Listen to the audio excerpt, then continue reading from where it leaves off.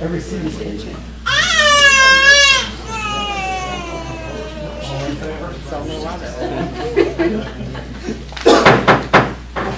Folks, I think we've got 1 minute to go, but that's close enough. The first thing we need to do is to adopt the agenda for tonight. Does anyone have any changes or any rearranging of the agenda as presented? I do, Mr. Mayor. Okay. I'm sure you'll all be saddened to hear that I do not have an update for you. That was the purpose of the closed session, so that won't be necessary to adopt it without that item. Okay. We're thankful for that. Thank you. Are there any changes from the board? Anything you want to change? All right. We have the sign-up sheet. There are 2 sign-up sheets tonight. One is for the public hearing. Mr. Mayor, were you going to have do you have a motion to vote to adopt the? Oh, I did not. Thank you. Do I hear a motion to adopt the agenda with the exception of the closed public session? hearing? Okay. Do I have a second?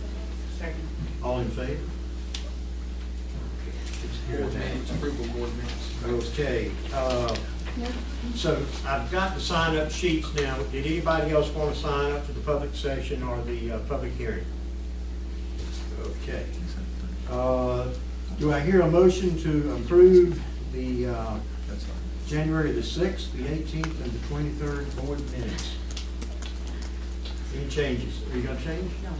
Is that a motion? Is there a second? All in favor? Is anybody in opposition? Okay. All in favor? Okay. We have a public hearing for the application to amend the text only of the Unified Development Ordinance for the Board of Adjustment. John Henning, our attorney, will give us the executive summary. Mr. Mayor, it's just a formality, but if you would say, I'm going to call that hearing to order now, please. I will call the public hearing to order. Mr. Mayor, the matter before the board is adoption of some amendments to the Unified Development Ordinance that have the effect of bringing us into line with some recent changes in state law, Session Law 2013-126. Largely has to do with, and these are mandated changes sort of handed down by the state, the procedures that the Board of Adjustment has to follow in terms of its voting and hearings on appeals of administrative decisions and variances. There is one, in addition to, you have in front of you ordinances to do that.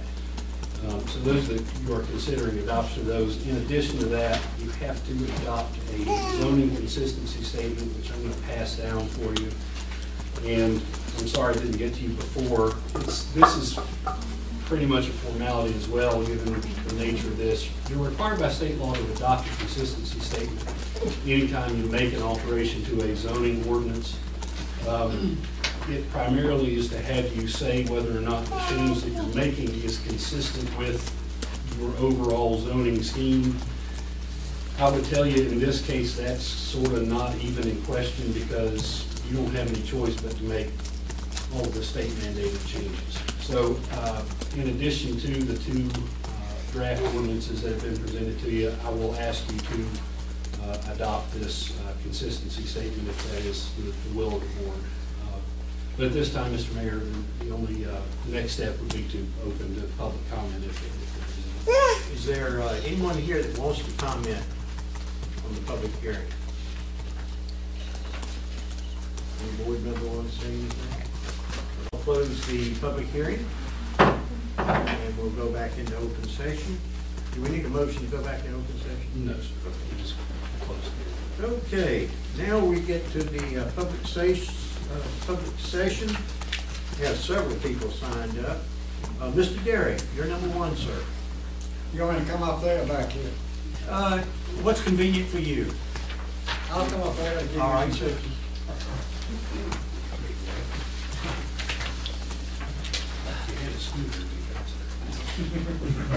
What do you say? I think who laughed, I know what to do. Mr. Mayor, Board, Brother Cave and Janice. I've been on this project for about maybe 12 years and nothing's been done yet. This entails a property at Old Cove and Warrior Street. The property is on the state right of way. There's a hole there, and last week we had to pull a car out of it. That's not the first time.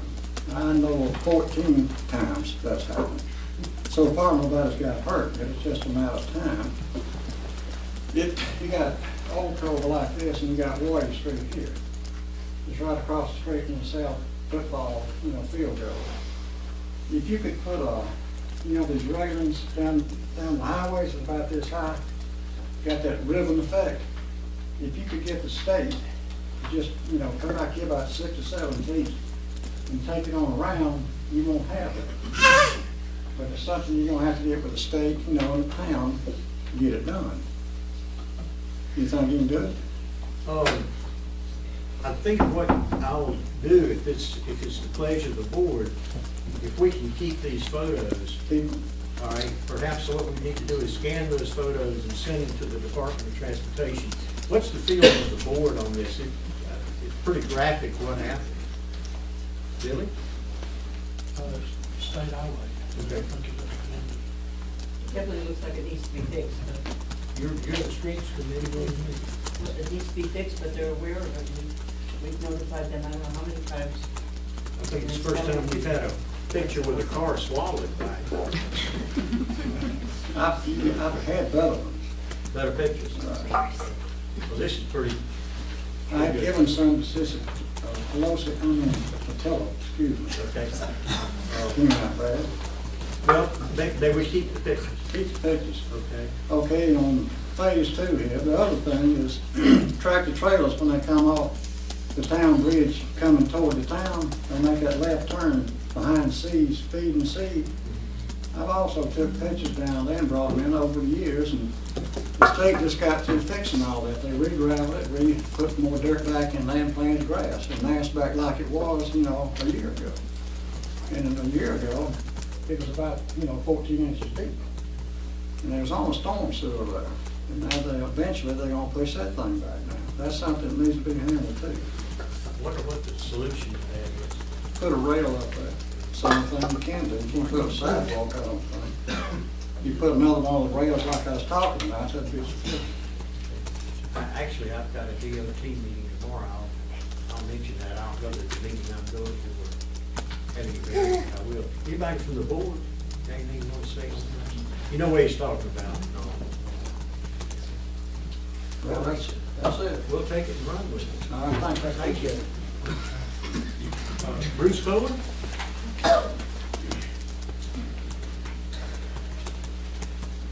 Got some handouts so you can see what I'm talking about.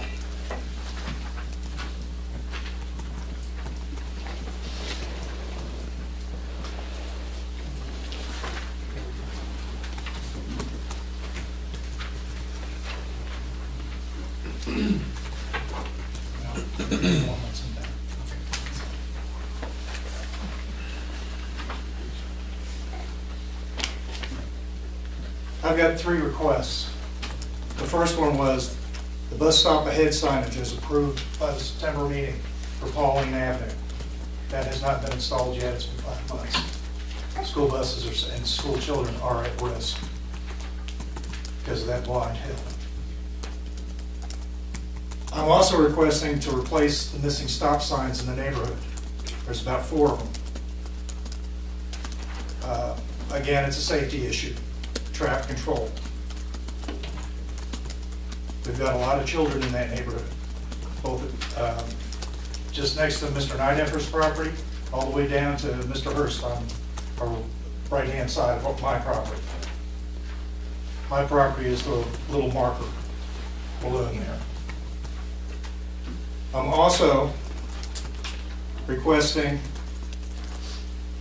that some new stop signs be put in. We've had a number of accidents of people speeding down there.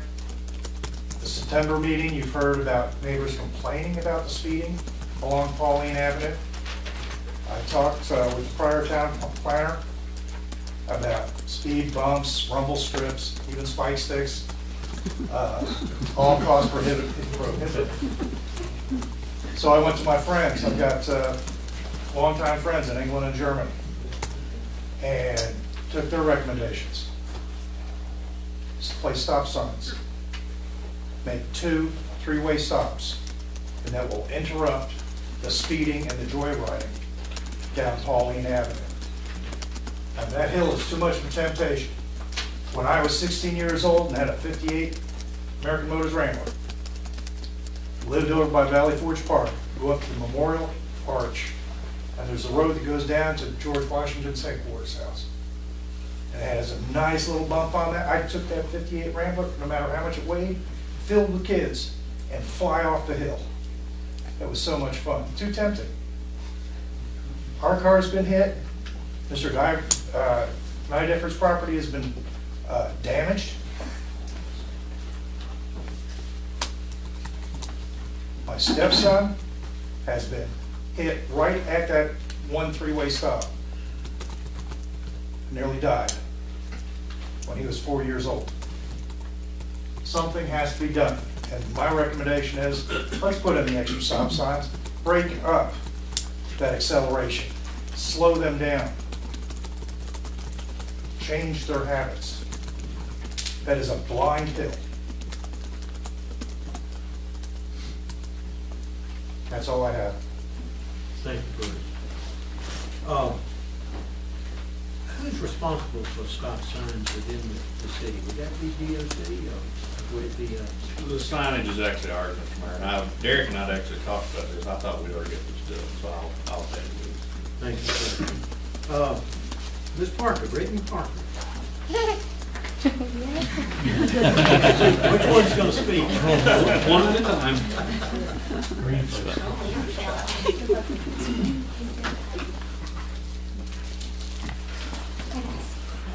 I wanted to speak with you regarding last month's decision to not appoint a liaison to East Franklin School. First, I do not see what it would really hurt. Ideally, I would like to think that the board would want to foster cooperation and that you all would want to be involved in the lives of your citizens. So to find out that you're against a simple liaison, even though you had someone willing to do it, is baffling. In today's time, the state continues to push down obligations to local government. Priorities and responsibilities that used to be the status quo on the state level are now being kicked down the road to local governments to figure out themselves. These burdens are becoming increasingly heavy for our county government. With things such as public education, road maintenance, and mental health issues and other factors playing musical chairs between who should take these responsibilities, the state or the county, the focus should be that at the end of the day, the citizens are the ones who are adversely affected by these decisions. These are your citizens. And while there is no state law requiring you to step up and go above and beyond your outlined obligations, I would really hope that as elected officials you would want to.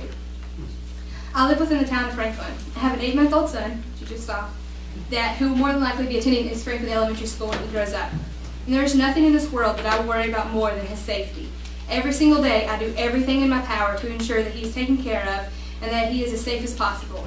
I beg you to consider sharing the county's obligation to keep our children safe and to look for an avenue to provide a school resource officer at East Franklin Elementary. Franklin Police Department and Chief Adams do a remarkable job of having an officer patrol East Franklin, and whenever possible, they provide an extra officer during pickup and drop-offs to keep it safe. I'm beyond grateful for that. I just don't think it's enough, and I cannot begin to think of why, with everything that has happened in our country in the recent years, that you would think that that was enough too. Why something that seems so easy and achievable, why you refuse to even entertain the idea to looking at the cost and whether or not your departments could handle it? Why has it been an automatic no? School resource officers may not be. Is the school not in your district? Are the children not within the town? Do their parents not pay town taxes? If there's something that you could do to ensure that our children, the future of this town, are as safe as possible, why would you want to turn a blind eye? Are you waiting for something to happen, then to react instead of being proactive now? If that's the case, then I'm terrified as to think what it might take in order for you to get to care enough about the safety of our future. The town of Highlands not only substantially helps Highlands School with countless activities and operations, but they also provide an SRO to that school. They provide the funding through their department. Do they care more about their children than you all do? The state has even begun to question the role of town government and whether it is truly necessary, or if it could just be as functional if combined with county government. Knowing these decisions are taking place, how could you not want to step up and be a leader to show that town government is crucial in the safety, in the progress, and in the sustainability and growth of our small town? You all have that opportunity, and what is it going to take for you guys to seize that? Thank you. Any comments from the board? Okay.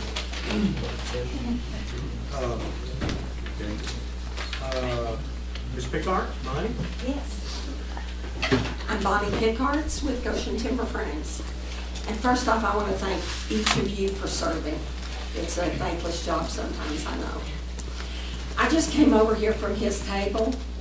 It's, they serve a meal for 25 to 35 people in need every Monday. And it's several local churches, businesses, and people have come together to do that. So it's really amazing what community can do when they pull together. And I think that addresses the issues, some of the issues I want to address tonight. I saw the rendering for the gazebo, and because we do design build, there were several issues that immediately struck me. First, the building doesn't fit the local vernacular. If you drive around Franklin, the towns and the houses and the buildings, the commercial buildings, have a much lower pitch roof. They're simpler, a lot of craftsman style. This building is very Victorian. It just doesn't capture the local charm and feel. Sustainability is a huge issue. We've all seen the gazebo and the clock tower when they needed painting for weeks and months, sometimes a year. They're painted now, but we've seen them. This building would require huge amounts of maintenance, painting, and money and time that we don't have. And the biggest issue is this public space. It really needs to be open. People need to be able to view the performances from all around the building. The businesses on the backside don't need to be shut off, as they are in this design where you don't see Alpine tobacco and barber pottery. They're just really, we have a limited space there. We need to make the best of it. And that means we don't need restrooms and storage there. I can imagine that the performers would be, it'd be awkward to have restrooms behind it where people are making noises and flushing toilets and coming in and out. So we really need to look at that. However, I just don't believe that the existing design fits. My other issue is town hall meetings. We're glad we can come here and speak to you, but there's no discourse. We can't talk back and forth. A town hall meeting would allow people to have ideas and talk about ideas and get fresh things that will help Franklin thrive and help it grow. We need this conversation. I would urge you to reconsider having town hall meetings. And I thank you again, and again for being so serving. Bye-bye. Thank you, Ms. Pickard. Sandy Pantaleo. Hi, everybody.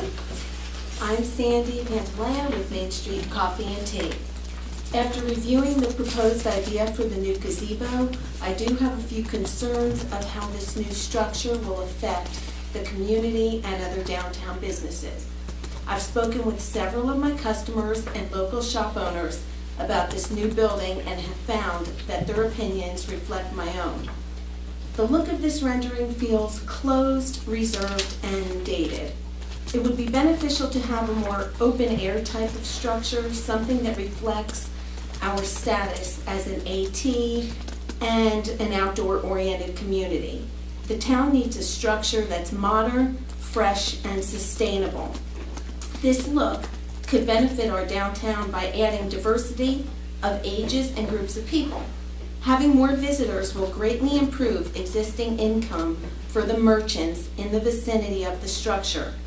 If possible, there should be submissions from local architects or builders that can work within the budget for the structure. There can be a public input process to ultimately choose the design that we as a group want to reflect our downtown Franklin. Thank you. Matt Bateman.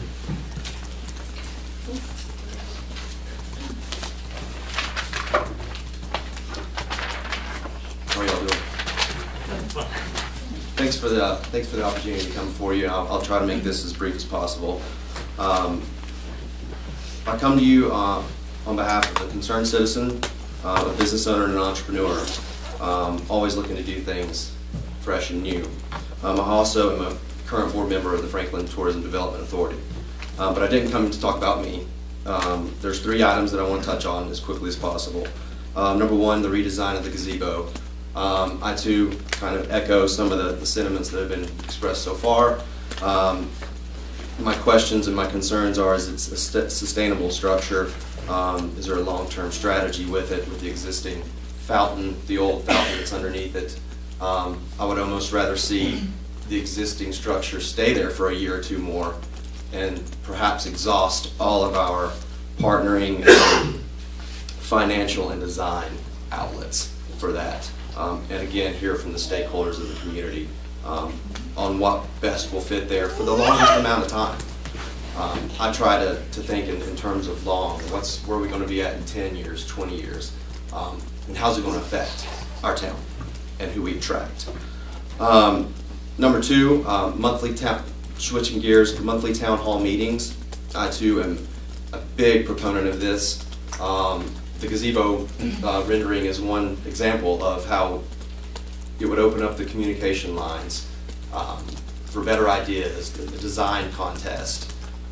You know, we could take it as far as we want, and ultimately we're going to have to make a decision on it. But I feel that town hall meetings and giving folks that don't necessarily have a vote, or if they don't live in the town limits, a voice, if they're a business owner, if they're a property owner, I think that's very important and would just make for a healthier community.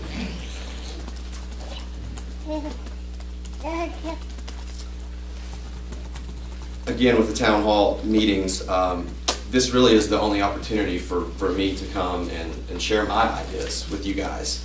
And again, it's just comment, so there's no discussion, there's no strategizing, there's no taking it from an idea and moving it into putting it into action. I would very much like to be a part of that process. A unique opportunity, this is my 3rd point. As you'll hear on the agenda from Mr. Van Horn with the AT community a little bit later, I think we have an extremely unique opportunity to promote Franklin and to really differentiate ourselves from our neighbors with the AT community designation, which a lot of you have been part of, and I applaud you for those efforts. I think it's a huge opportunity to grasp. That coupled with our natural surroundings, I think it's a no-brainer. You take a look at Silva, at Bryson City, at Clayton, Georgia, Cherokee. None of those towns are AT communities, and probably will never be. But Franklin is. This can plug into the town hall meetings too, where I won't take up much more of your time, but we can all sit down and discuss what's the best strategy to go. And this can plug into things like the redesign of the gazebo and what it looks like. In my opinion, I would almost rather be a little bit more rustic and leaning towards that AT community, where Franklin is an AT community, so I'd like for it to kind of reflect some of that. And this deals with much more than just attracting tourism. I really don't want to get hung up on that. This would be beneficial for economic development standpoint as well, attracting outdoor industry and lifestyle, or even tech industry. Those folks are into the outdoor, just the whole lifestyle, and I think the more we can do and make AT community a priority from here forward, and a focus would be. That's all I got. Thanks, guys. Dan Williams. Dan, let me lay a little ground rule out on you here just a minute. What you're going to discuss needs to be official town business. Yeah. I want to aim this at you, and what I wanted to say was, number one, I'm really, really happy you're there, and I'm glad to see a change, and I really am getting a good feeling from the town. Probably it's been a long time. I really got a good feeling from the town, and I think with you and Warren in charge, 2 wonderful people, the town really got it right this time, and I just see a lot of wonderful, great things happening. And I want to thank you, both of you, because I think you're doing such a wonderful job. And I want to bring up two things. I mentioned to the last mayor, Jim Collins, about putting the town property up for sale, and actually he didn't want to talk about it. It's shut up and sit down, don't want to talk about it. And hang on just yeah, a second. I think y'all got a sale on that. It's on the I just want to agenda. say you're on the right track and happy about that.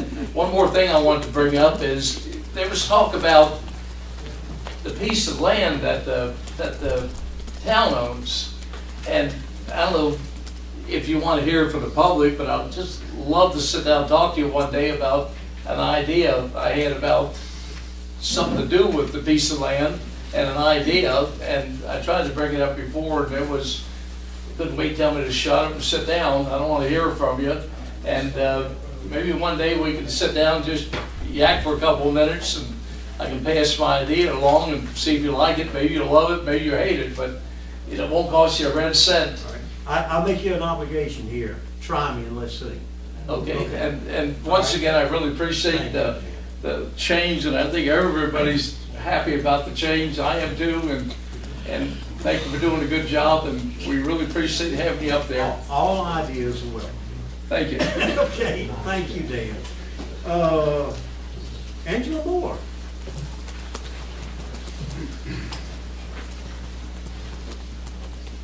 Good evening. I had two things that I wanted to speak about tonight.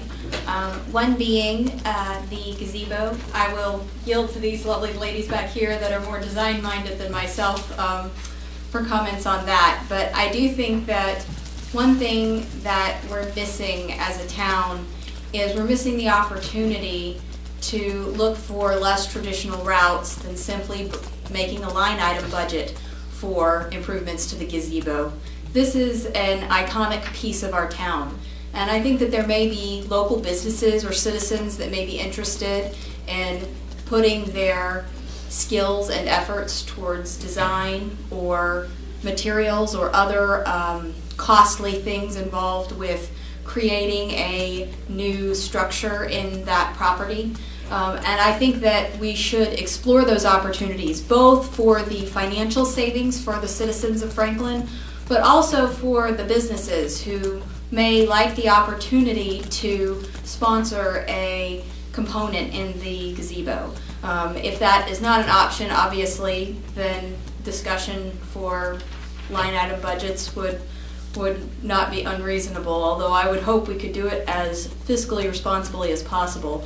But I would remind the town that we are in debt at the moment, and this is an aesthetic project. So unless there is large community support, both financially and support for the project itself, I would discourage the board from spending significant funds on it. The other thing that I would like to talk about is the town hall meetings. I must say I was disappointed to hear that it was not something that was planned to happen in the near future. But I have a suggestion, maybe a compromise, an in-between. And I know that this is a big ask of the staff at Franklin. I worked there. I remember the push on board days and the Friday before board days to finalize agendas and to get the packet together. But my suggestion would be is if we could work as a board and as a staff and as a community to get these things finalized, say a week prior to meetings, and publish the entire agenda packet on the web, then it would give the option for people who work for the local media outlets to inquire about items, so that if there was something that may be a hot topic, they could cover it in their media outlets, as well as it would allow citizens the opportunity to meet privately, to brainstorm, to bring their ideas together. And if they were to meet like that, I would certainly hope that some of the board members might be interested in attending. It wouldn't be what I know you've envisioned a long time, Bob, but I think that it might be an in-between that wouldn't require advertising on the part of the board necessarily. So thank you for your time and your consideration. Thank you, Angela. Kate Coriel.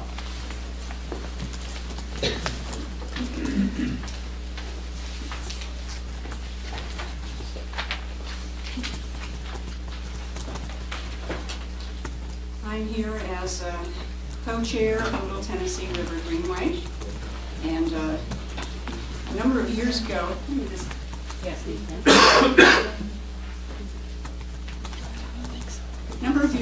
someone from DOT came to a small meeting of our group and wanted to have some input on the proposed bridge that was going to be hopefully built in 2015.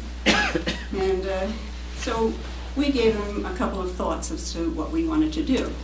As you know, the Greenway doesn't really have a continuous path from the Big Bear section across the two streets there in town at the bridges.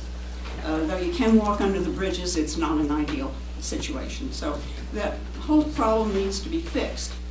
But as long as they were building a bridge, we suggested that we wanted to have a walkway on the south side of the bridge instead of the north side of the bridge. Assuming that we would eventually get a path under the bridges, they could come up into the parking lot there at the frog quarters and then could cross the bridge without having to cross traffic. So they liked that idea. They put that down. We said we would like to see that walkway be at least 10 or 12 feet wide so that bicycles could pass each other or wheelchairs, so small children wandering around on their little bikes and things could cross safely. And we also wanted to see a divider between the vehicle paths and the walking path. And third, well actually fourth, we wanted to see a smooth ramp at the end of each side so that bikes could go up and down, onto the path without having a bump. And so anyway, they put our ideas down and all went into the pot while we were working on it. And just recently, they've come out with 4 plans that they have. And the first one is the preferred current choice, because it's cheaper, I guess. First one then includes a walkway that's 8.5 feet wide. The second plan is 9.5 feet wide, third is 10.5, and the fourth plan is 11.5 feet wide. The regular auto path is the same in all of those 4 designs, so the basic difference is the path itself. They feel that it would cost something like $90,000 to make either section 3 or 4. And so they're going for the first one. Unfortunately, all of the DOT standards and plannings and recommendations for building pathways and sidewalks start at 10 to 12 feet. And they have not followed their own standards in this particular bridge design. Apparently they have, other DOTs in other states have done the same thing. And when they build a sidewalk or a walkway in a community, they then turn the maintenance and the responsibility over to the community, which in this case would be the town, I would assume. There have been accidents and things on these walkways being substandard. There's not enough division between the vehicles that are moving by and people walking. And of course, some of those went to court and so forth, and in many cases the towns won. Some places they didn't and had to handle the responsibility themselves. There are numerous places, and I've received some information from some of the people that are involved in this planning. There's a lot of standards that should be set for a walkway or a sidewalk. And basically they feel that the health and safety of the citizens is very much affected by how we build our physical structures in a community. And so they feel that everyone should be very concerned and use the highest standards that they possibly can afford.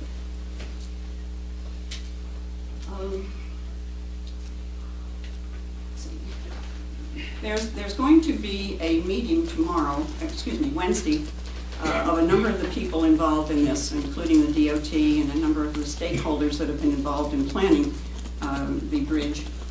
What I'd like to see is somebody from the aldermen attending that meeting. Either they can either physically attend it or through a phone patch to talk about what our concerns are and to make sure that when they do build the bridge, that they use good structure and good planning.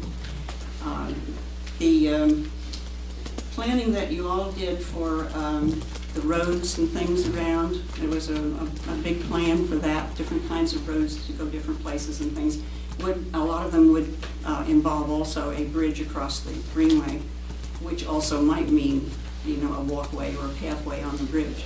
So what we do now may have future, you know, responsibilities too. And I think if we're going to let them build a bridge, we ought to make sure that it's correct, that it's right, and that it's, you know, going to be safe for all. I don't know if any of you have ever crossed that bridge there, the current bridge, but the cars really zoom by, and it's not, you don't feel safe at all walking across there. So they must have a barrier between the, you know, the walkway and the roadway. That's very important, I think. Thank you very much. Thank you, Kay. I plan to be at both of those meetings. I'm hoping, I don't know if anybody else on the board is going to go. I've got some information here. One is tomorrow, and I think the other one's at 10 o'clock Wednesday morning. Am I right on that? I'm sorry, Wednesday morning at 9:30. 9:30.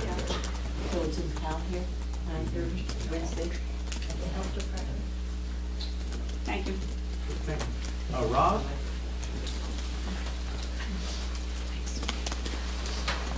Welcome, Rob. Mayor, Board, good evening. Couple things I just want to talk about tonight. First of all, the main reason I wanted to come was to talk about the AT designation for the town. But I also wanted to gladly be on the record for echoing the concerns for the gazebo and the town hall open public meetings. I think it was just over a year ago or so, there was quite a filled room here that expressed their concern about the town and the public business owners opening lines of communication. And this to me just seemed like a step in the wrong direction. And I think there's been a lot of good ideas talked about tonight. Something that I wanted to bring up that I think would benefit tremendously from an open meeting. And the main reason I'm here, I want to talk to you guys about the AT designation and how important it is to our community. I'm an owner of Outdoor 76. I'm very, very proud and consider us extremely blessed to now be one of the largest businesses on Main Street.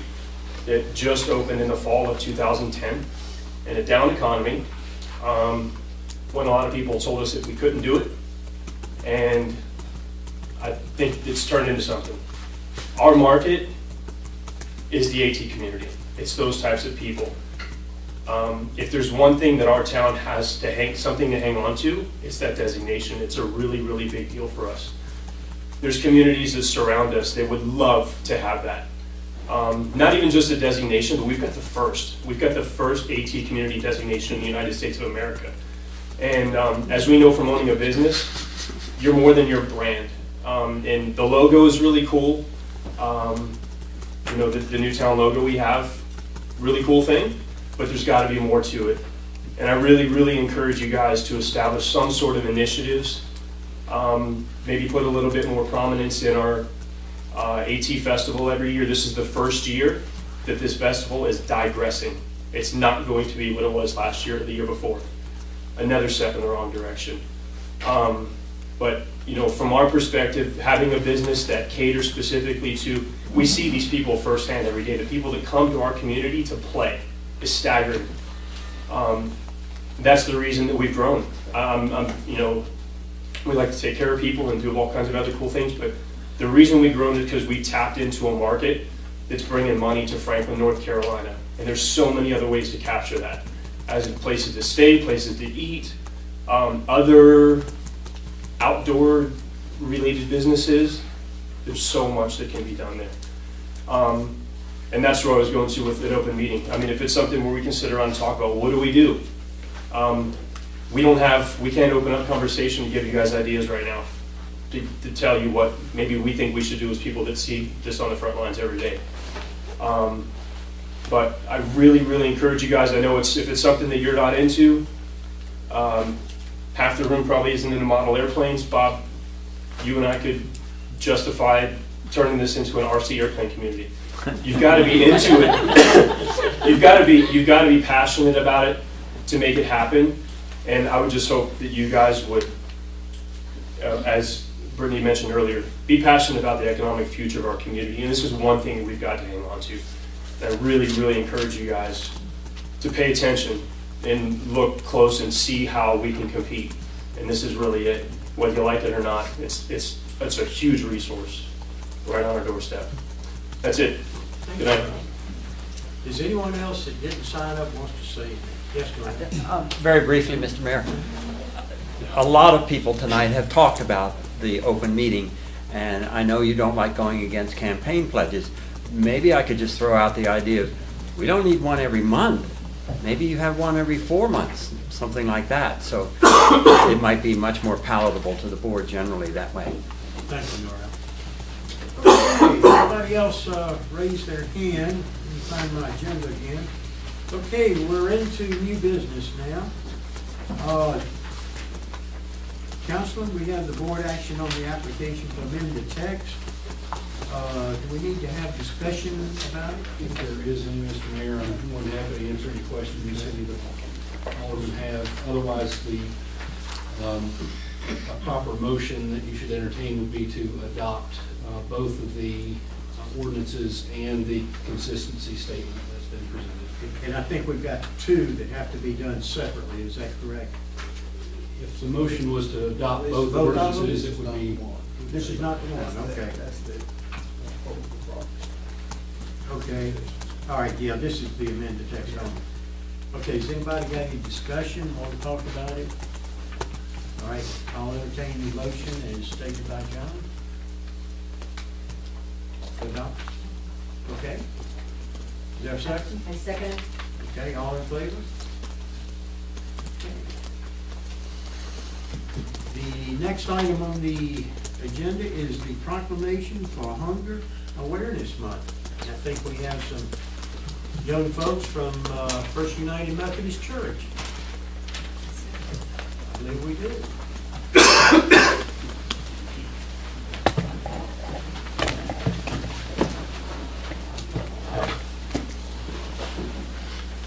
Hi, my name is Susan Monhoff, and this is a proclamation for Hunger Awareness Month presented by First United Methodist Youth.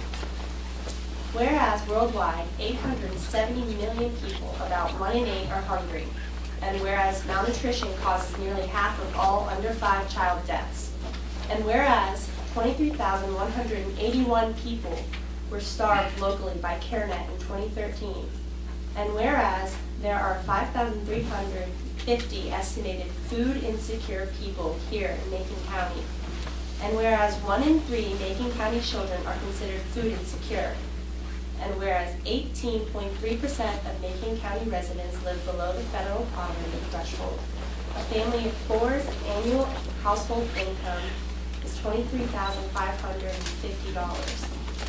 And whereas the youth of First United Methodist Church are leading the 30-hour famine to raise awareness of the issues of world hunger among our youth, congregation, and community, and to collect money and food for CareNet to help address the need locally, collect money for World Vision to help address the need around the world, to work together with others in the area doing hands-on projects related to hunger and poverty, to fast by going without food for 30 hours to learn more.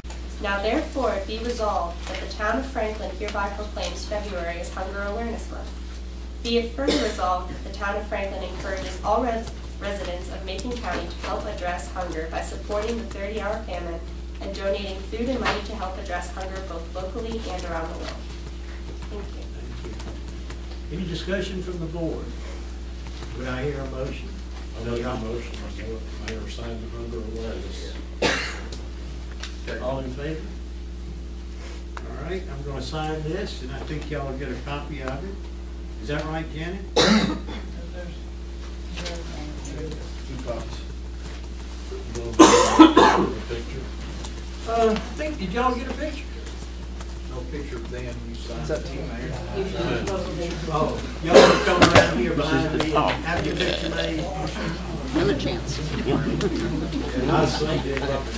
Paparazzi.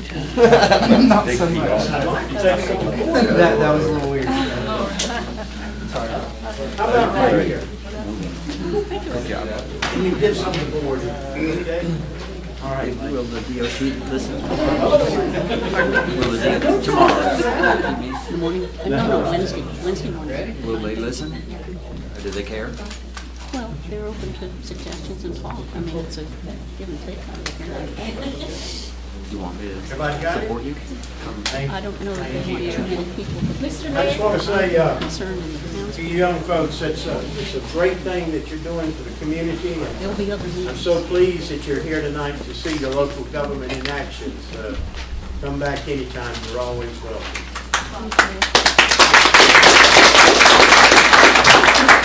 I just want to say thank you all for getting them on the agenda, and just so you all know, I don't know if anybody is aware, this group, it may not be the same youth, but they kind of rotate out from First United Methodist Church as they go off to college. This is what, the 19th year consecutively that they have manned this project, and when I say man this project, if you all are available, Saturday is usually the day probably where you get a real idea of what they try to do. They do little shanty towns, I mean, it's crazy how in-depth they get with this project. Saturday, February 22nd, come out to the church, First United Methodist Church, see it firsthand, because it's amazing what these kids are doing. So, We're very thank you. proud. Sometimes we don't hear too many nice things about our youth, and then they come along and destroy all those myths. Thank y'all. Thank you. Thank you guys.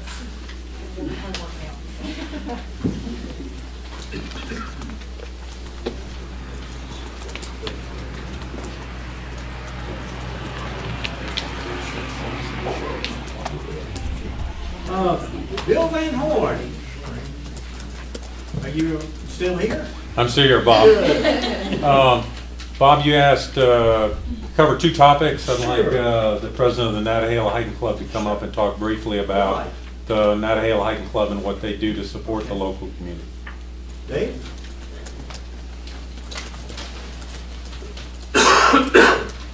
Good evening. I know some of you. I'm David Lippy. I'm the current president of the Natahela Hiking Club. I want to just take a couple minutes tell you about the hiking club, some of its history, how we interact with the town, and that's going to lead into Bill's talk about AT communities. Natahela Hiking Club was organized back in 1968. Father A. Rufus Morgan, you may have heard of Rufus Morgan Falls. Well, he's and his family and whatever Boy Scouts he could gather up every week. That was the beginning of the Natahela Hiking Club. They're the ones that put in the initial trail, took care of it back in the 60s and early 70s. That's now grown into over 200 members that take care of this almost 50 miles of trail from where it comes over from Georgia at Bly Gap all the way up to the Natahela Outdoor Center near Wessert. Natahela Hiking Club is one of 31 organizations that maintain 2,185 miles of the National Scenic Trail. Our local club, we have sort of three areas we focus on. Obviously, one of them is maintaining that trail. We have 10 shelters. Each shelter has a privy for the people to use. Every Wednesday, we have a crew that goes out, and they spend thousands of hours a year trying to keep that trail groomed so that when we have visitors come and hike on that, they're going to have a good time. Last year, we had 7,268 volunteer hours put in by club members. 5,628 of those were actually maintaining the trail. So we spent a lot of time doing that, but we also are involved in school outreach and education. We work with the Appalachian Trail Conservancy's Trail to Every Classroom, where we take teachers out of the local elementary, middle schools, and they go off in the summer and they learn about environment, leave no trace, all about nature, and then they can take that back to their classroom and work that into their curriculums. We have outreach in all the elementary schools locally and the middle schools. Every year, the elementary school kids in, I believe it's 4th grade usually, go on a hike on the AT, and they get like a homework assignment with that to write about what they learned during the day. They get to see firsthand some of the stuff that's being told to them in the classrooms. And it's all in an effort to get kids up and get them out doing things. Appreciate the the wonderful place where we live. We're involved in co-sponsoring the art contest. When the Trail Days is coming up at the end of March, and we have a contest with the school kids all compete, and that goes up at the library. And then our third focus is really a community outreach, and that's what Bill's going to talk a lot about. But back in 2009, we formed this partnership between the club, Town of Franklin, Macon County, Appalachian Trail Conservancy, Forest Service, National Park Service, the local businesses, Rob and a lot of the other nonprofits, and that was to encourage tourism, positively affect our economy.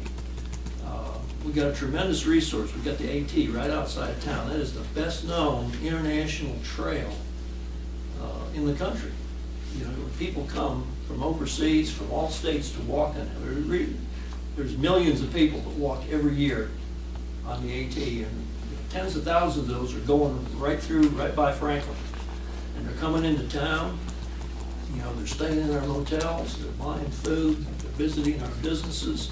So, this is something that, our whole area can take advantage of to build our economy. Coming up in 2015, we'll be up for renewal of our AT community.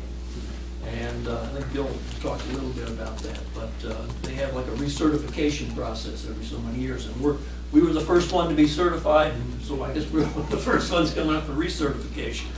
So I'm not sure what all is going to be involved in that. I think Bill probably does. But anyway, we want to encourage you to be active in that. We think it's been a good relationship between the town and the county and the businesses, and we appreciate what Linda Sloat has done. She's sort of headed up our little committee here that takes care of trail days and keeps us all organized. So we think this is a win-win for our club and for the town and the local economy. So anyway, if you want to learn more about us, we're on Facebook. You can look at Nantahala Hiking Club, or go to the internet, www.nantahalahikingclub.org. So, appreciate your time. Thank you, sir. Mr. Bill? Mr. Mayor, Aldermen, thank you very much for having me here this evening. I'm here on behalf of the Appalachian Trail Community Committee. We have a few other members in the audience. I'd ask that they just stand. Thank you. You should have received information in your read-ahead packet. I just briefly want to go over that. There's a one-page sheet talks about the overview of the program. You have a copy of the application that Franklin initially submitted in February of 2009. You have the proclamation that was signed by the mayor as part of our designation ceremony. You have a through hiker survey that was done by the community committee in spring of 2010. The focus there was to let the local folks know what these through hikers are all about, besides maybe looking a little unkempt and maybe smelling a little funny. But they've got significant education and significant discretionary income. You have a copy of the application for the AT community. You also have the list of the 35 communities that have been designated as Appalachian Trail communities. And you've got a copy of a report that was put together about the Appalachian Trail and its current status now. Just a little bit about the history. As was brought up, ATC came up with this new idea, new program, the Appalachian Trail Community Designation Program, late in 2008. The Nantahala Hiking Club brought it to the attention of the town mayor and some of the town aldermen at the time, a couple local business people. They thought it was a good idea and something that the town should pursue. At that time, Linda Schloed, and at the present time, the planner from the town put together the application with help from the Nantahala Hiking Club.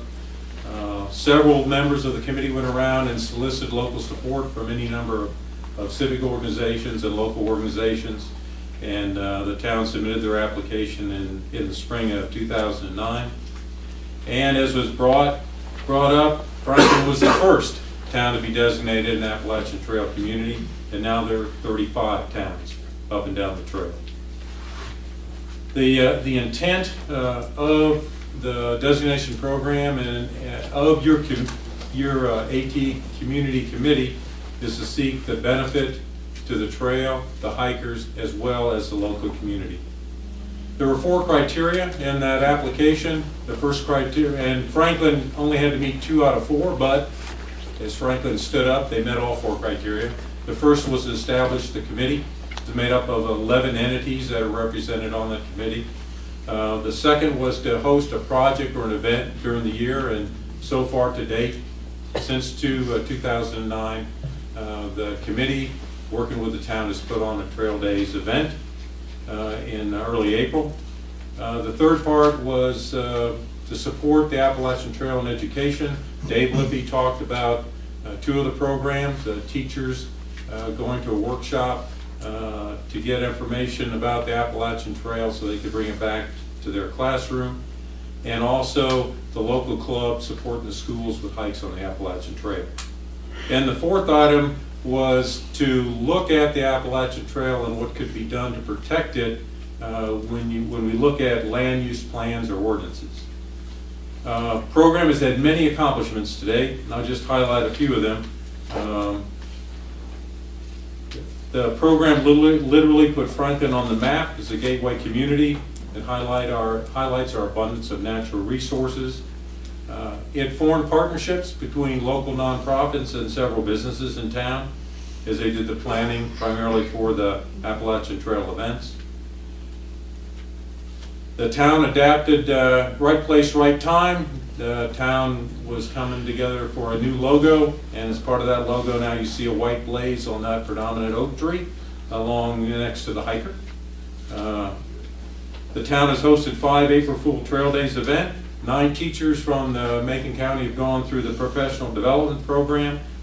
Designation signs were placed on the 4 main routes coming into Franklin. The committee, and working with the Main Street program, produced a hiker services map, and Franklin Visitors and Relocation Guide has a highlight section in there about the Appalachian Trail and the county being designated. The Macon County Library conducts an annual Walking with Spring program around the April Trail Day event. The First Baptist Church provides a free hiker breakfast for about 3 to 4 weeks during the main push as the through hikers come through town. Both Three Eagle Outfitter and Outdoor 76 provide hiker discounts and other hiker services. Several local motels offer hiker discounts and shuttles to the trail, to and from. Goshen Timber Frame donated a shelter to the Appalachian Trail, and it was constructed here in Macon County. Stay and Play in the Smokies held a social media fundraising event for the Appalachian Trail, and the Nantahala Ranger District is in the process of designing a kiosk to be placed on the Appalachian Trail where it crosses Highway 64 west of Franklin. The Appalachian Trail supports Franklin as a designated community in a number of ways. On their website, a number of their periodicals that they produce highlights all the Appalachian Trail communities and the services that they can find in town. A new program that's just getting launched from the Appalachian Trail Conservancy is what's known as the AT Community Supporter Program. The intent here is to recognize a business or a nonprofit that has supported the Appalachian Trail community or the local hikers. The individuals can submit an application. Your town Appalachian Trail Community Committee will vote on whether they meet the criteria, and once selected, they'll get recognition on the AT Community webpage. They'll also get put this nice little decal on their store window if they elect to do so. As was the last thing I'll talk about, as was mentioned, every 5 years, it's time for, if you will, a partnership renewal.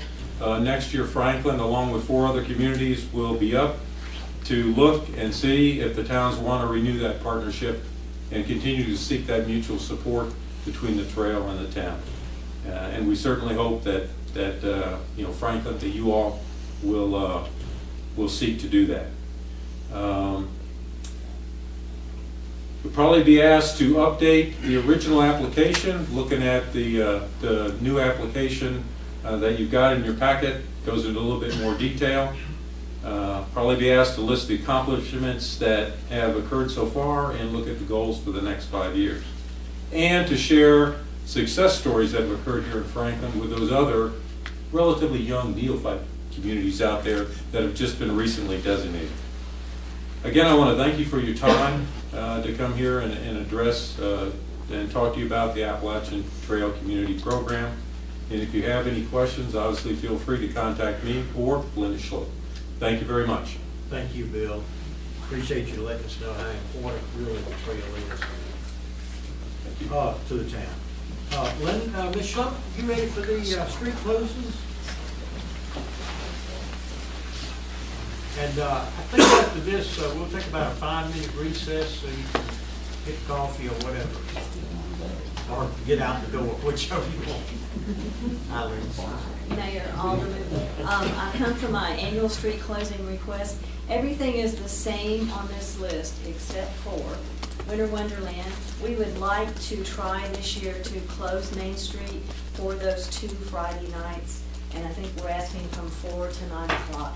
We've had a lot of people request that as the store owners. I sent an email out to the store owners about a month or so ago asking that question. Most of the ones who answered me back said yes, they would like to see that, specifically safety kind of reason. Do we need a motion on accepting this? Okay, I'll entertain a motion if we accept it as presented. Oh, is any discussion? Any discussion first? We did mention one other possibility. You want to mention that about the Veterans Day that we're looking at something there? Bob and I talked this afternoon about, we've had some requests, I guess, about the noise during the Veterans Parade, and I think it's specifically at, not the parade, but during the ceremony, specifically taps and laying of the wreath. The laying of the wreaths. There's always road noise, there's always someone with loud mufflers or whatever. I don't know if it'd be physically possible to do it. I don't either. I don't know that. But anyhow, if y'all got any ideas to come up with it on that Veterans Day, I think a lot of us usually go to it. It seems like there's always a convention of no muffler pickup trucks coming. Yeah, absolutely. Somebody just wants to be noticed. We're only talking 35 minutes. Yeah, that's right. I don't know, gee, could we hold traffic? Maybe. We probably could during taps, something like that. I think a couple minutes shouldn't be a problem with the patrol car. And they're usually, they're right, they do the wreath and then they do taps, so it's right at the end. May have it solved. Great. Anything else? Thank you so much. Appreciate it. Okay, let's take 5. All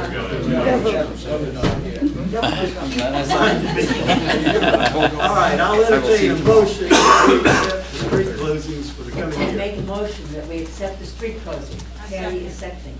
Great. All in favor? Any opposition? Thank you. Let's take 5. Is it okay?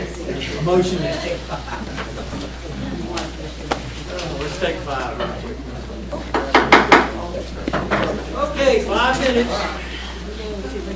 Let's move on.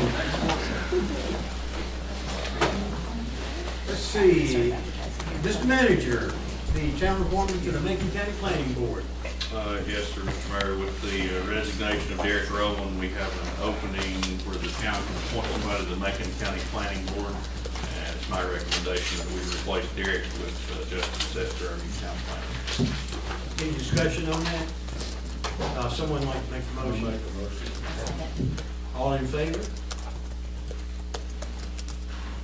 Sorry, I'm trying to set up a script. It was unanimous, okay.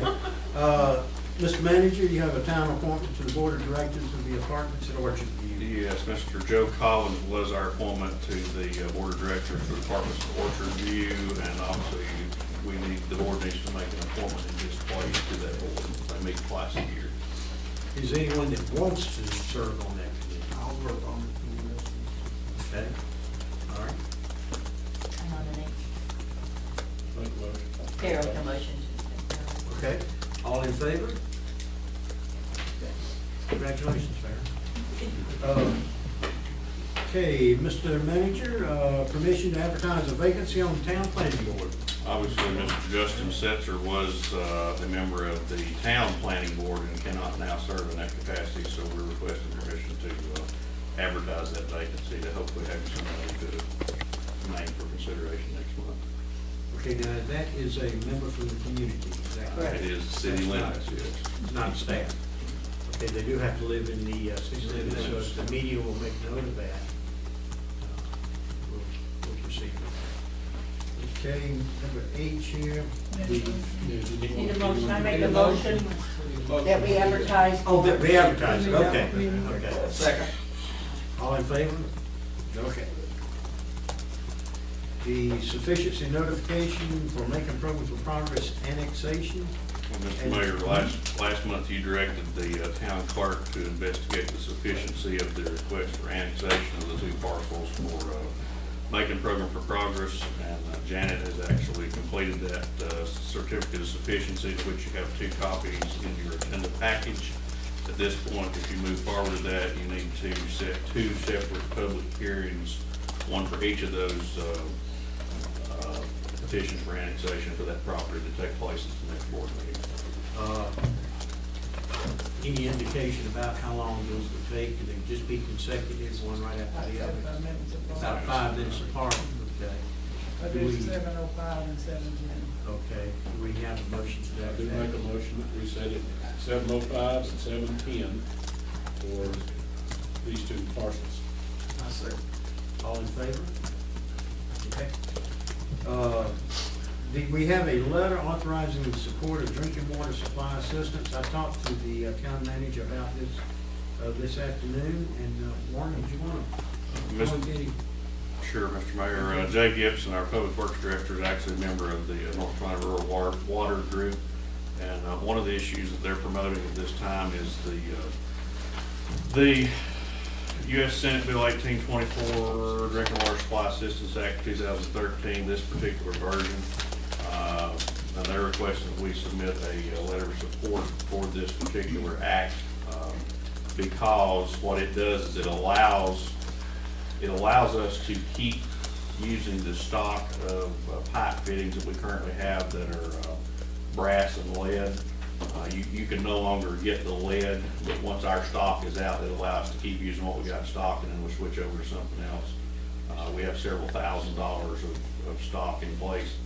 It has no effect on water quality because we still have to get the negative lead readings and the other appropriate readings on the water supply, so there is no concern as far as the water supply, but it will allow us to keep using what fittings we have up until the point when they run out, and then we'll switch over to new stock. Anything else?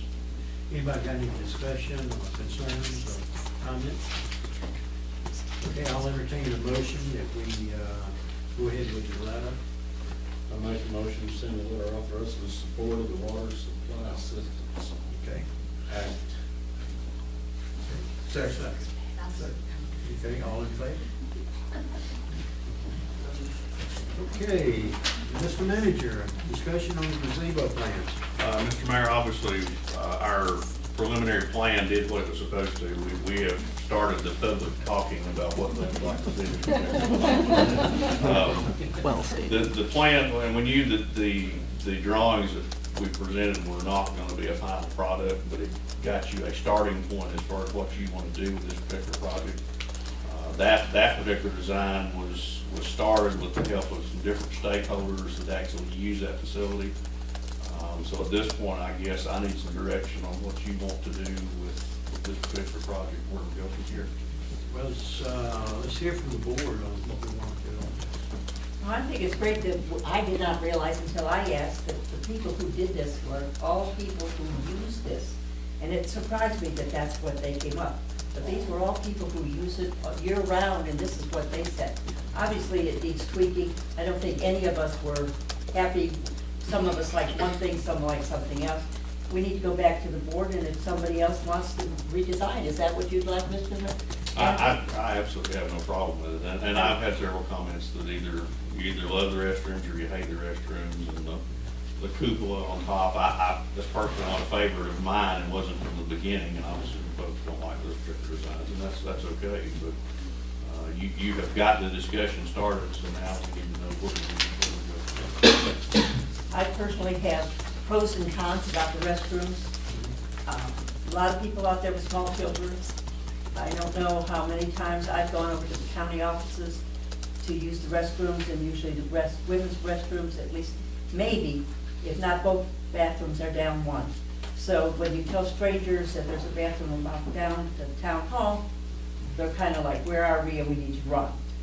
Again, pros and cons on the restrooms, and at this point we couldn't afford it probably anyhow. It would be down the road, and we can see how it works without. If it works without, we don't need it, you know. Okay. Sarah? I think there's need for additional public restrooms in the city. These stores do not have them, a lot of them open to the actual public.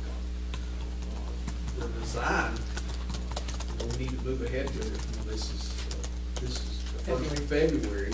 If we're gonna get this done, to be able to utilize it this summer, we need to be moving ahead with some plans on something, and I don't know where we are on the, it doesn't belong to us, so we heard anything on the lease. I talked to Derek, he assured me that would not be an issue, he would handle that, and I know they have a meeting next week, I don't know if they're planning on doing it this year or not, he assured me that would not be a holdup. But you could get, if you put a group together, 20 people, you're gonna get 20 different. Always, you're never gonna get everybody like whatever. Well, let me rephrase that. He assured me that he would get it to the agenda. Obviously, the board has to work through it, but he would make sure it got to the agenda. Wherever you do, you need to move it. Can we not take the input from everybody who was here tonight? You can, that anyone who wants to can submit their rendition of what it looks like, and take some pictures and drawings and post them out here for public viewing at some point, and let people pick what they feel like. As long as it stays within our budget too, right? Well, yeah, it has to stay within our We just have to $50,000 budget. get conceptual design and then have someone put something together based on the dollars that we put aside for it. So Let me ask you a quick question here. Should the county not be putting a little money into this thing? Well, we've said that on and off, but. I think they'd agree with you. We should not be putting little money. Yeah. Should or should not? Should not. Well, then they just can't use it. It's their There's problem. a lot of county people who use it, but. Excuse me, Mark. I thought there were a lot of good ideas presented by the public. So we just need to go a little further with it. Need to see something on the paper. I agree, we need Something we to look have at. some other options to look at, get a view of, we've heard a lot of opinions tonight, and see where we want to go in the future, and if that means that we sit back this year and don't go through with building a new one, to put the right one there, I think we need to do that. Which leads me to my next question on this. I mean, if we wanted to be able to use this year, whether we have to, do we have any idea how long it would take to do it, to build it? Is this something that we might as well, because we're getting into the season, is it something that we might as well just say, we need to take the summer and try to figure it out and do it next year? I mean, My professional opinion is probably at this point, yes, because most mistakes are usually made on something when you rush something through. Obviously, we want to get something done, but we want something that will be, that number one, meets the needs of the people that are going to use it. And also also matches with the other issues that have been discussed. So I don't have a problem with it. I don't want to rush something, you know. If we were to start tonight,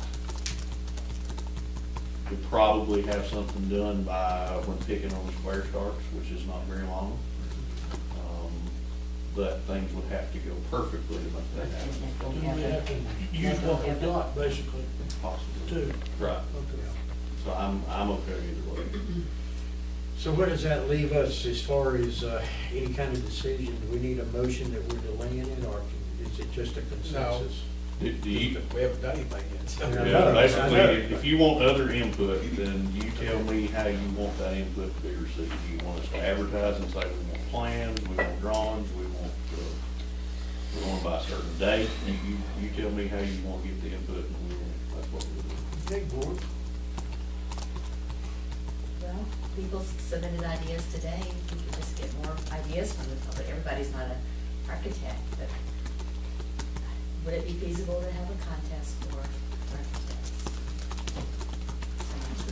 I kind of like Matt's idea about having a contest for it. Okay. What do y'all think? I don't have a problem with it, again, as long as I say it has to stay within the realm of what we're saying we can afford to do. But the ideas are great. And then the size limitations that we have now. So. And I think it also needs, not only, like Matt is saying, do it, but we need to go back to those same people who came up with the plan, who use it all the time. You know, I mean, we can say, oh, that's wonderful, but we're not the ones using it. It's You got know, to be fit for the activities It's that that go all, on there's, today. I don't know how many different organizations use it for different functions. So we need to make sure at the end that we're still getting back with them, and we're not doing something that looks wonderful but has no use to anybody. How long ago were those plans drawn up? Which ones? The ones that were presented in the retreat? Just very recently. Yeah. Can I ask something? Sure. Did the people who use the gazebo like the idea of having the restrooms there? Probably 50-50, pretty much based on the comments we've heard. Restrooms are a logistical nightmare, particularly with that particular area because of where the sewer line is. It creates to me some concerns as far as the security of those after hours. My personal opinion is it would require one of the automatic locking systems that locks at 9 or 10 o'clock to keep unwanted visitors from being there. Had some concerns obviously from the business owners that are along the street there, from other folks that like the openness of what we have now. And then of course you have the issue now you have to coordinate the restroom facilities with Macon County. So we have to coordinate with them to get access into the building there, so positive. And if you want to accept more input, which is perfectly fine, that's perfectly okay. My suggestion would be to set a deadline, a reasonable deadline, that at some point we're going to cut it off. And at that point, some input from you all. Do you want a committee to look at it? Do you want the board to look at it? Somehow you've got to narrow down the group of folks that's going to look at those designs and come to terms with something. And you're not going to make everybody happy. That's just not going to happen. But as long as the ground rules are laid now on what you expect and what you want, then everybody knows that's going to Okay, let me ask this. How would it be that by our March meeting, this board comes up and we have some kind of idea about where we're going to go time-wise and how we're going to go about listening to the input of what we're going to do? Does that give time? Does that give people who would have a stake in this to start getting some ideas together too? I'm not saying necessarily make a decision at the March meeting, but to bring everything together and start looking at it in March. Is that what the other designs would be? Sure, anything, ideas, Or the end of the contest or whatever. I mean, are we saying, okay, March, we're gonna make a decision on what? Oh, no, we're not making the March. In March, we would start looking at what's submitted. More like we would decide what we're going to do about having So a everything has to be contest or having a submitted committee by- or. Right. Yeah. Yeah, let's see what's out there. I mean, people should be able to, who have the ability to design something, should be able to, in a month, come up with a game plan of something. Easy to say, I can't draw a stick, so, but, you know, people who design could come up with some ideas. Bonnie, what's a reasonable time? For that size building, yes, a month is a reasonable time. We're not getting architect drawings, we're getting the Just concept. sketches, right, concepts Okay. and sketches. All right, is that okay with everybody? Okay, anything else on this issue? Okay, board authorization for the advertisement of property tax lien. This is what's read in the paper more than mentioned raise. Yes, let's down so. Good evening, Mr. Mayor and Board. I'm here this evening just to report the total amount of unpaid taxes for the current fiscal year that are linked on real property. The current amount as of today is $140,629. Everyone that is on this list has an opportunity to pay by February 28th to avoid being advertised, of course, so that helps. What I would like to do is ask the board to authorize me to advertise any delinquent taxpayers as of the end of business day, February 28th. I so move. Is that a second? A second. Somebody, okay, did you get who did what, Jan? Yeah, Lois and Barbara. Okay, good. Okay, any further discussion? All in favor? I have a question. Oh, So anyway, we forgot to move food spice. What percentage is that? 140,000, what percentage is that? I've collected 97% of the budget Okay. amount of That's good. $1,575,000. I just wanted to know exactly what it was. Good. 97%'s good. Okay, any other questions? It's amazing what your name in print.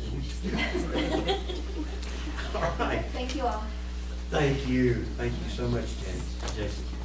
Okay, we have an offer to purchase the old town hall property. Mr. Manager? Mr. Mayor, in your package, you do have an offer to purchase the old town hall property. Obviously, the purchase price is listed there for $200,000. The appropriate legal documentation is there, and I'm sure John can answer any other legal issues as far as this particular agreement. Obviously, I'm sure you're gonna have some discussion over it, and essentially, you have two options. You can either basically say no, that we're gonna reject this offer, or if you do accept this offer, then obviously we'll go into the upset bid process, have to advertise for the upset bids, and then you'd actually come back next month at the March meeting, and either if you've got another offer, then you would have to consider that offer, and then we go into another upset bid process. Or if this offer stood, at that point, you would have to make a final decision and decide whether you wanted to keep this offer or not. My professional opinion is, obviously, this offer is a little bit more than the last offer that you had. At some point, I would like to see the board get into this upset bid process to really and truly see what the fair market value is of that property. Obviously, you have the final decision to make even after that process.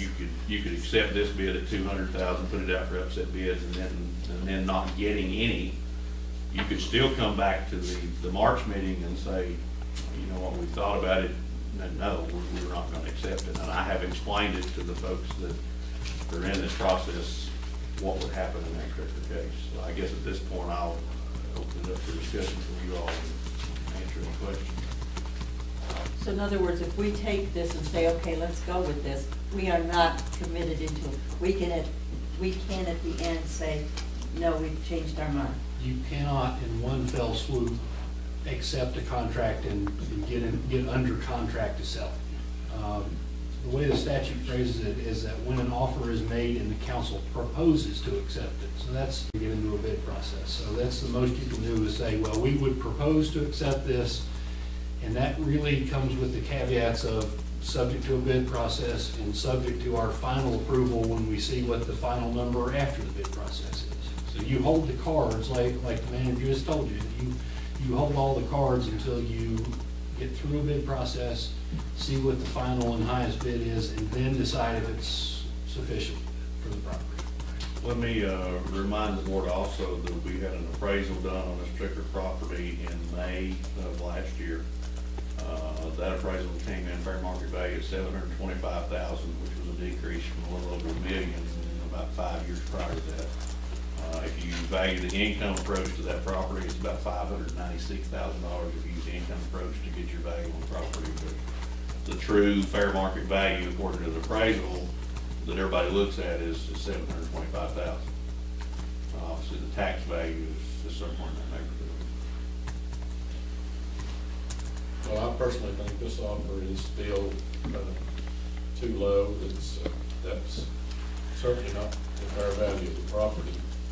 So I would make a motion we just reject this offer. Well, as much as I would like to see that property go to someone that would create an income and pay taxes, our workers would pay taxes, still that's only $25,000 over the initial one that came into us that we thought was ridiculous for the size of that property. So I would agree to that. After hearing Warren state that we wouldn't have to take that, at least we've got a little bit of protection by not allowing it to go for that. And it might stir up things if people start competing with each other. Yeah, it might be interesting to see what people would be willing to offer. Because I wouldn't want to settle for that amount either. Well, and let me be, as a matter of full disclosure, I had that conversation with people who made the offer. They understand, and I explained that if you all were to accept this, to get it into the upset bid process, to see whether we get any bids or whether this is a fair market value based on what the market is, that you could still come out at the end in March and say, sorry, we've thought about it, and no, and they understand it. So that's not going, I will take responsibility for that because they understand what I told them. They know that could happen, so that won't be a surprise. How much will it cost us to go through the upset bid? Does it require advertisement? Does require advertising. It does, and it depends on how many bids you get, so it's hard to say. I mean, it could be just one advertisement. Required to, notice shall contain a general description. I think we're only required to publish a notice. So, I mean, as many different public notices as we do, it's not a whole lot of trouble to do one. Your dollar figure wise, you're talking a couple $100 somewhere in that neighborhood. But don't you have to do advertising every time you get upset bid? If you get an upset bid, Like if somebody upsets, you have to re-advertise. you keep advertising. Every time anybody bids, you have to advertise again, right? Correct, but again, the value of whatever they bid has gone up, by the upset bid. Question, is there any limitations on the upset bid? They can't come back and bid $200,001, correct? I always get the biggest kick out of this. When a bid is raised, the bidders, let's see, it has to be by not less than 10% of the first $1,000, which I'm pretty sure as long as their bid numbers has been $100. Wow. Plus 5% of the remainder. So there's a minimum amount that an upset bid has to go up by. So it would only be $100? No, $100 plus 5% of the remainder when you deduct $1,000 from it. I'd love to know what they were thinking about. That's of the valuation, 5% of the valuation? 5% of the prior bid. Prior. How much would the $200,000 have to go up, John? Let's see, $100 plus, what's 5% of $199,000? Well, 200 would be. Yeah. 10,000 some odd dollars. So we go up to 210,000. Yes. Something like that. I know on some of the county buildings, the county sold some of those schools and stuff. They went, there was upset bids, it went on and on for months and months. I did the upset bid process sort of help Macon County Schools conduct the one for auto school, and it was impressive. I mean, it went on a lot longer than I ever thought. When we got the first offer and started the process, there were a lot more bids and more interested bidders than I ever thought there would be, and it did go on quite a while. I don't know if it's still, that's obviously different economic times, but. And I will also say, Janet and I had this conversation today, obviously, technically, last year you had an asset on the books that was appraised at $725,000. If you take $200,000 for it, then yes, you're showing that your assets are way less than what you thought they were, which you're still legal, because if you go through the bid process, you let the fair market determine what the value of that is. So there's no penalty for you all to let something go for less than fair market value, but that is something that you If we would actually, if you actually took the bid like at the end and it still allows, we'd have to show in the financial statements as a loss that year. And John, isn't there a limit? Like if somebody does upset bid, ain't there so long before it ends the next time or It's a something? 10, yeah, every bid notice, which is tricky when you don't have a true daily paper, but every bid notice starts another 10-day period in which to upset it.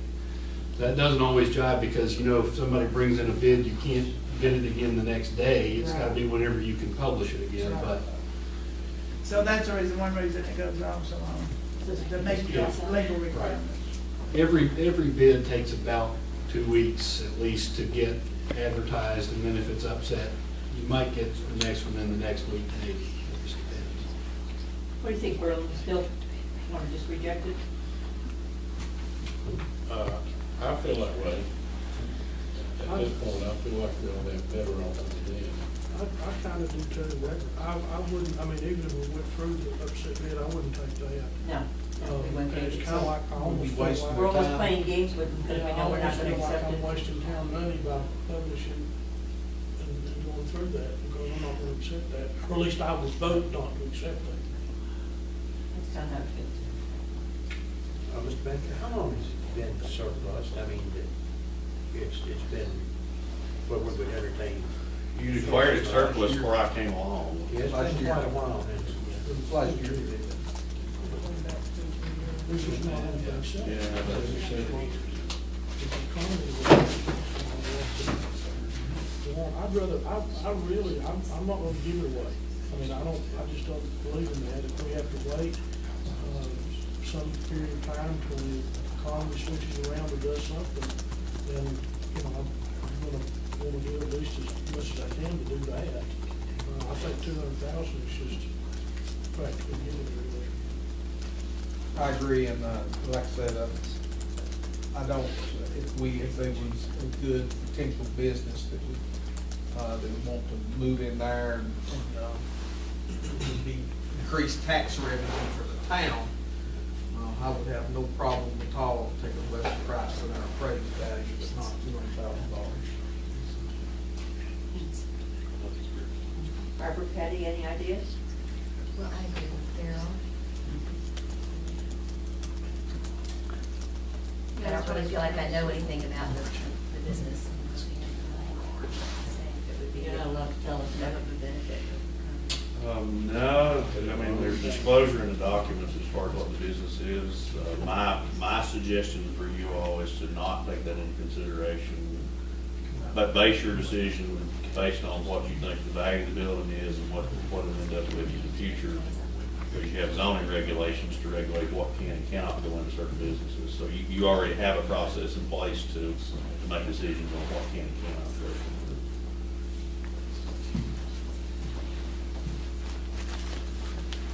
Okay, it looks like it's time to come to a vote. We have to have a motion. You got a motion on the floor. I'll second Merle's. Second, okay. All right, what is your motion, George? His motion. Was to project this off. Okay. Is there a second? I seconded it. All right, all in favor of rejection of the offer? Have you got this? All right. The last thing that we have on the agenda, before we go into our little round table here, is legal. Set the public hearing for applications of in text. John, you want to comment on that? in any way? Yes, Mr. Mayor, this item we discussed at the last board meeting and you forwarded to the planning board for review, involves adding some multifamily and apartment uses and some other more high-density residential uses to commercial zones. The planning board did approve that, recommend approval of that with some minor alterations, and that's in your agenda packet. The only thing needed right now is to set a public hearing on it for 7:15, as you march. We're gonna have 3 public hearings. Yes. Okay, well, it's 7:05, 7:10, and 7:10. Yes. Do we have a motion to that effect? Make a motion to set a public hearing for the application of the text on the non-developed ordinance. I'll second that. All in favor? Any opposed? All right, that brings us to the end.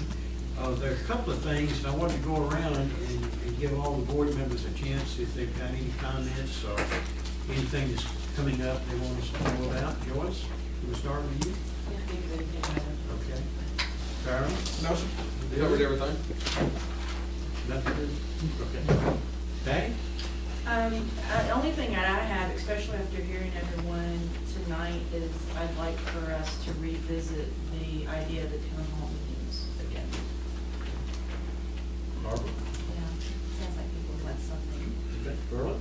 I don't think. Okay, as usual, I've always got a little something here. We've got 2 meetings this week with the DOT, Department of Transportation. And one of the things, I sent it to everybody on the board today, it's an online survey about transportation priorities. If, when you get back and you look at your emails, you'll find that it's pretty simple to submit it, and it's about February the 12th. And basically what they're wanting is from people all over the Division 14, actually I think this is statewide, to submit any suggestions or ideas for the DOT.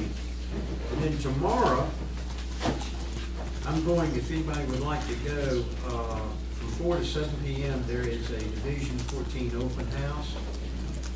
It's for a prioritization open house at the Borough Building on Southwestern Silver Campus. If anybody wants to go, I'd be glad to have you go with me. If I read this, it's kind of just a drop in and talk, and then you could go.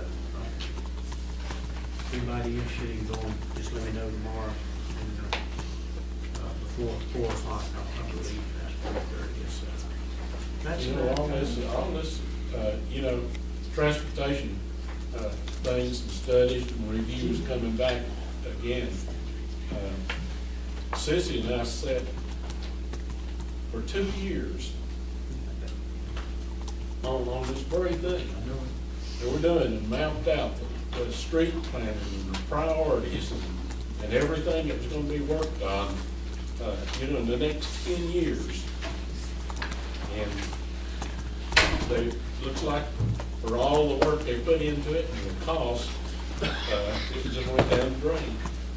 Well, it not even work for it, but somewhere the information must still be there, and it, to me, it's just as good today as it was then, because nothing has been done on any of it. So, would you like to make a motion that I can't attend? no, go ahead.